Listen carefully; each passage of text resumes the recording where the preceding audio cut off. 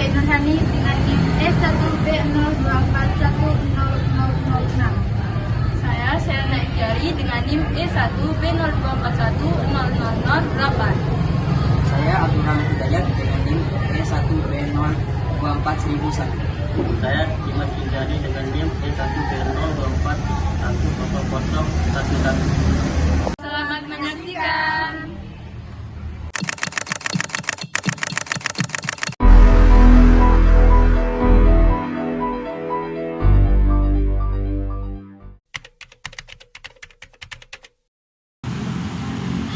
Gen Z itu merupakan generasi yang lahir antara tahun 1997 sampai dengan tahun 2012.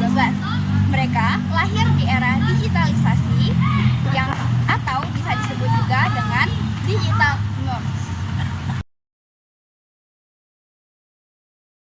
Besok kita puncak biar kita gaul gitu, kayak anak-anak gaul gitu. Apa Bes? Kita healing. Ya kita healing. Emang lo mau dikasih sama bapak lo? Tapi gue Bes mau sama bapak gue, soalnya bapak gue tuh galak Bes. Gimana kalau kita izin bareng-bareng sama teman-teman? Tapi nih jangan puncak Bes, kita healing sendiri aja. Ide yang bagus. Ya besok Suka. ya. Oke, kita tanya Zara sama Aurel yuk. Ya pasti kalau kita ajak dia Bes, pasti kita harus izinin dia. Pikir kan si Zara ini si parents. Ya tapi Bes, tapi kita izinin aja Bes, soalnya kan kita biar kita empat, kan kita bestie. Juga sih, kan kalau kita kemana-mana Zara selalu ditelepon sama orang tuanya. Emang lo mau izinin dia? Ya nggak apa-apa Bes, biar kita sama gitu. Oke Bes, besok kita pergi ya. Kita mau kemana dulu nih Bes? Puncak atau kita mau ke Gili? Serah lo deh, lo yang bantuin, lo kan suka pergi healing. Ya kita ke Gili aja Bes. Oke Bes. Di air ya kalau di Terawangan ya panas Bes. Gue sih sukanya yang ada pantai-pantainya Bes. Ya kan semuanya ada Kalau lo, pantai Bes. lo suka yang mana? Yang pantainya aja juga sih. Oke Bes.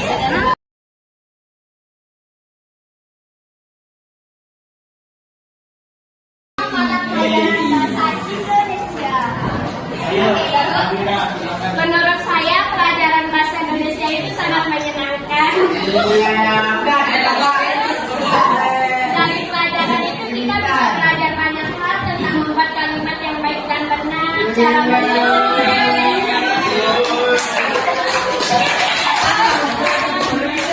Tapi di sisi lain, pelajaran bahasa Indonesia itu ada di gurunya karena dia sedikit cerewet, yang bisa juga dan nggak bisa juga.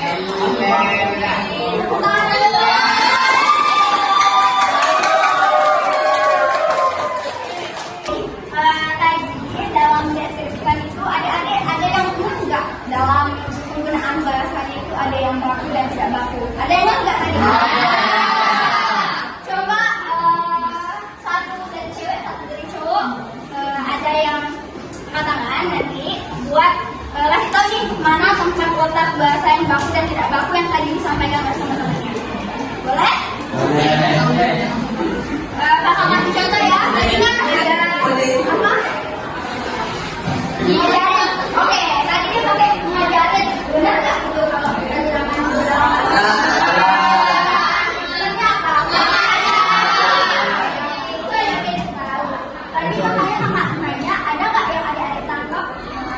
bahasa yang tidak baku yang digunakan untuk mendeskripsikan bahasa Indonesia.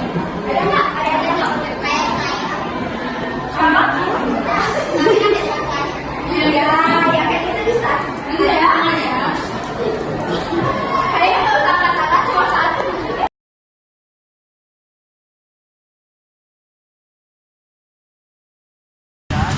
Nah, lalu apa sih keterkaitan teori Vygotsky dan juga generasi Z?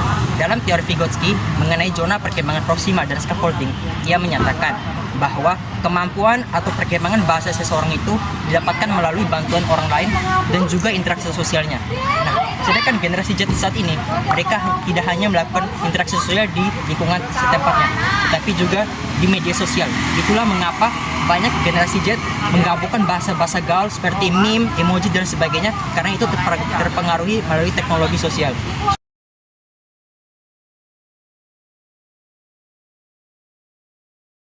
hasil observasi yang kami lakukan dapat disimpulkan bahwa Gen Z seringkali mencampurkan bahasa formal dan non-formal dalam komunikasi mereka. Namun Gen Z tetap menyadari pentingnya penggunaan bahasa formal dalam konteks akademik, profesional atau situasi resmi seperti presentasi, penulisan tugas dan komunikasi yang baik dari pihak yang lebih senior. Mereka beralih pada komunikasi yang sopan, teratur dan sesuai aturan tata bahasa yang mengharuskan menunjukkan fleksibilitas dan kontekstual dalam berkomunikasi. Hasil observasi kami, kurang dan lebihnya kami mohon maaf. Wabillahi taufiq wal hidayah.